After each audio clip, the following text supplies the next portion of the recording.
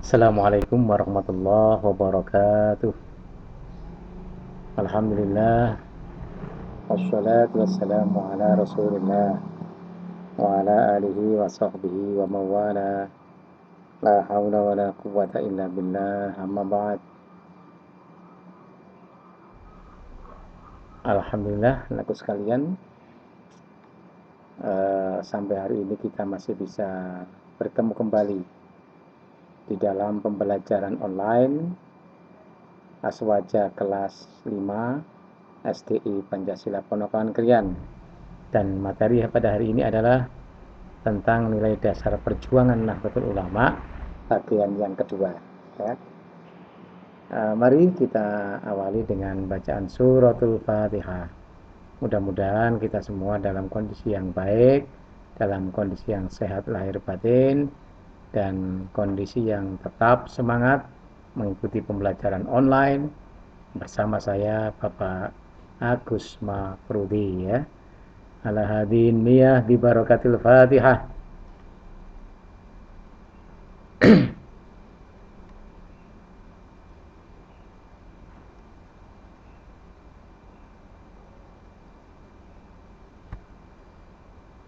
Baiklah anak sekalian, tujuan pembelajaran kita pada hari ini sama dengan kemarin, yaitu memahami nilai-nilai dasar perjuangan Nahdlatul Ulama. Ini bagian yang kedua. Nanti diharapkan kalian bisa memahami bagaimana visi misi perjuangan ulama-ulama NU dalam mengembangkan Islam, Ahlussunnah wal Jamaah. Ya, oke. Lanjut, anak sekalian, mari kita belajar tentang beberapa catatan tentang nilai dasar perjuangan Nahdlatul Ulama. Saya mulai dari Komite Hijaz, ya. Di buku kalian sudah ada, cuma ini akan saya jelaskan lebih mendalam lagi. Komite Hijaz. What is the meaning Komite Hijaz? Apa maknanya, artinya Komite Hijaz?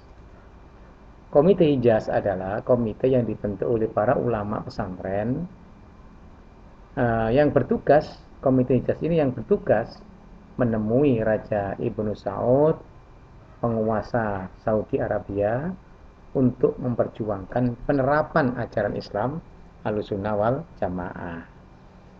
Awalnya demikian anak sekalian, ketika itu Raja Ibnu Saud, penguasa Arab Saudi termasuk Mekah dan Madinah, raja ini adalah raja yang berpaham Wahabi.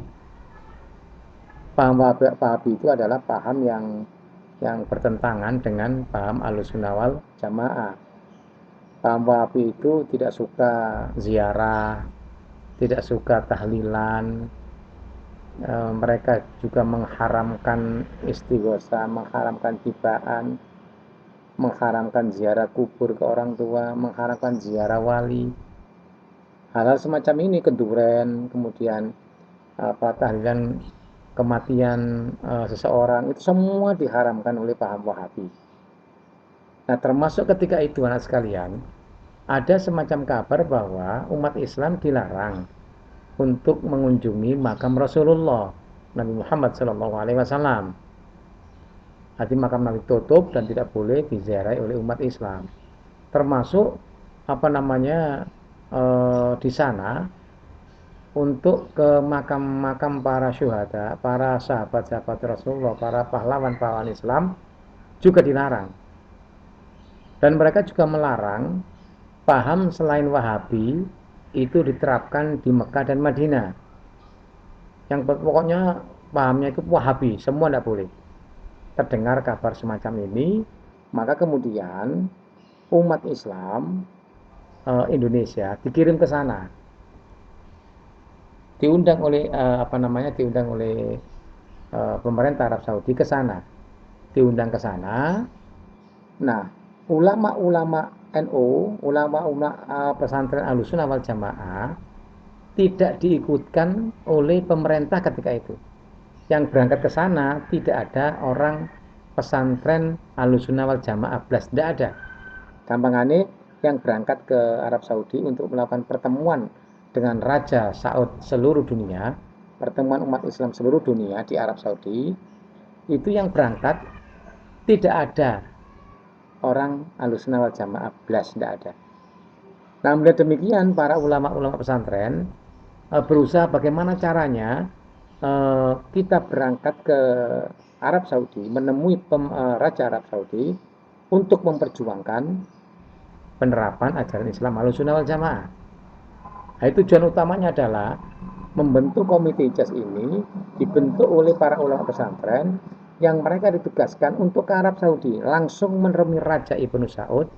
Untuk apa? Untuk memperjuangkan penerapan ajaran Islam Ahlussunnah wal Jamaah. Ini ya, sekalian. Yang pertama, tugasnya yang pertama adalah meminta kepada Raja Saud untuk tetap menerapkan kebebasan bermadhab di Arab Saudi.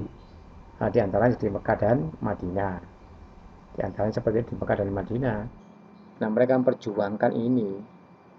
Nah, jangan sampai yang dipakai hanyalah paham Wahabi, yang lain tidak boleh. Jangan sampai seperti itu. Karena bagaimanapun juga Mekah dan Madinah itu milik umat Islam seluruh dunia, bukan hanya milik Arab Saudi. Ini yang pertama. Yang kedua, komite ijaz ini diberi tugas oleh para ulama pesantren untuk memohon kepada Raja Arab Saudi, Raja Saud Ibnu Saud, tetap membuka tempat-tempat bersejarah dan menjaganya dengan baik. Baik tempat bersejarah misalnya makam para syuhada perang Uhud, kemudian makam para sahabat Rasulullah, makam para aulia, para wali-wali di sana. Itu mohon tempat-tempat seperti itu dibuka dan dijaga dari kerusakan-kerusakan. Itu permintaan kedua dari komite ijaz. Yang ketiga, mohon memberikan informasi tentang pelaksanaan ibadah haji dan hal-hal yang terkait dengan haji. Sehingga pemerintah Arab Saudi ketika itu diminta untuk membuat pengumuman kepada masyarakat muslim seluruh dunia tentang pelaksanaan ibadah haji. Ya, ini yang ketiga. Yang keempat, anak sekalian, komite Hijaz ini memohon undang-undang yang berlaku di Hijaz di Arab Saudi ditulis dan disebarkan supaya tidak ada pelanggaran. Ketika ada undang-undang itu harus tertulis, jangan sampai undang-undang hanya lesan sehingga nanti banyak pelanggaran.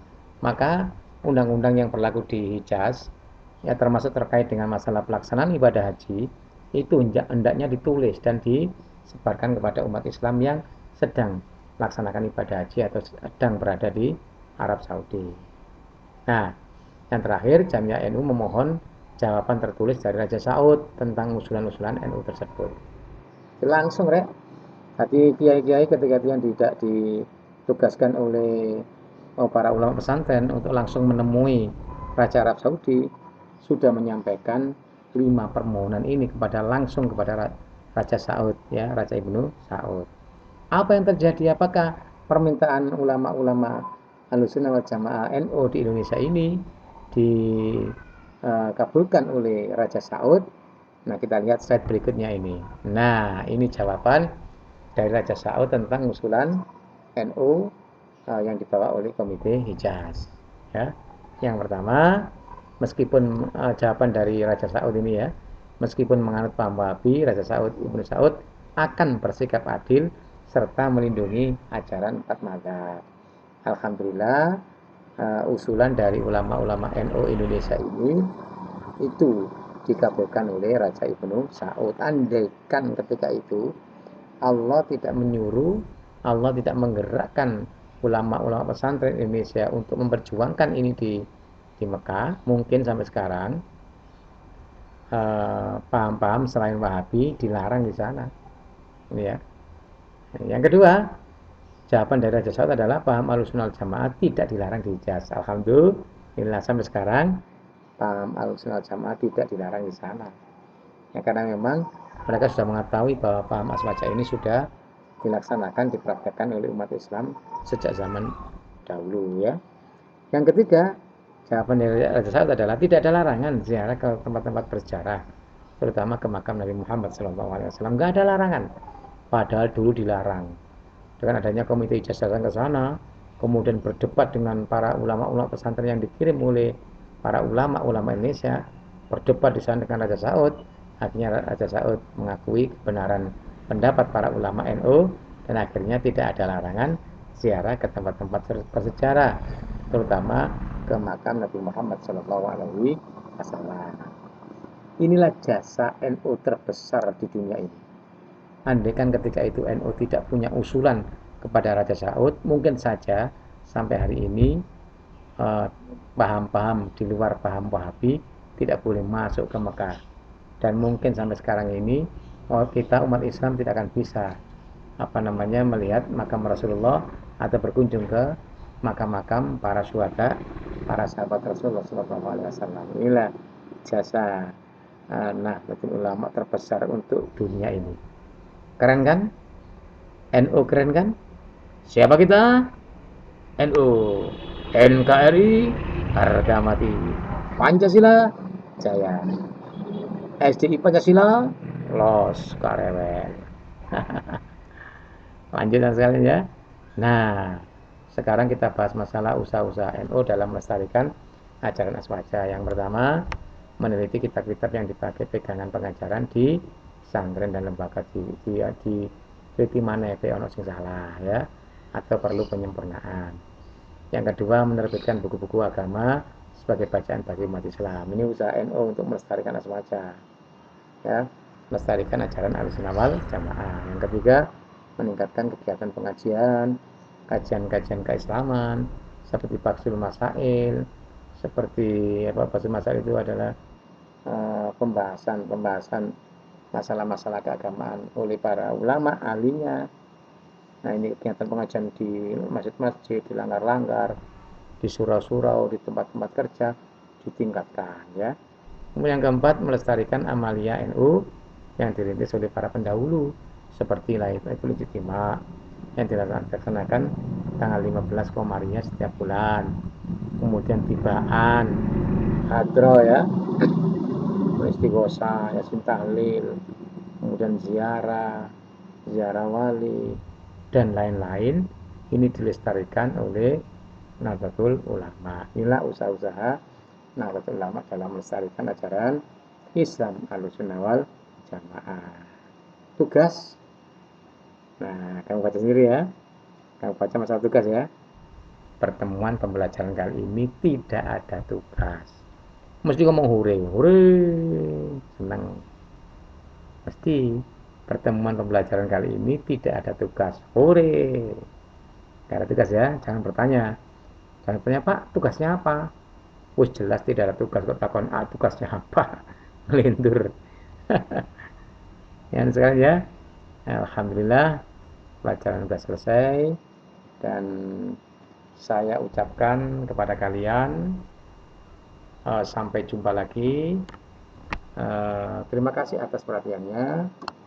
Mohon maaf atas segala kekurangan. Tetap jaga kesehatan dengan protokol kesehatan, memakai masker, kemudian jaga jarak 1 meter atau 1,5 meter atau 2 meter, jangan berkerumun, bergerombol, kemudian tetap cuci tangan, sering cuci tangan ketika menyentuh apapun yang bisa terkena virus, dan jangan lupa jaga daya tahan tubuh kalian dengan istirahat yang teratur, makan yang teratur, olahraga yang teratur.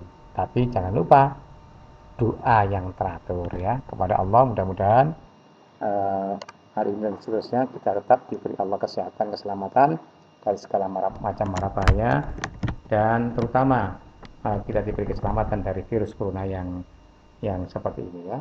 Demikian, kurang lebihnya mohon maaf. Sampai jumpa lagi. Wallahul muwaffiq ila aqwamit thoriq.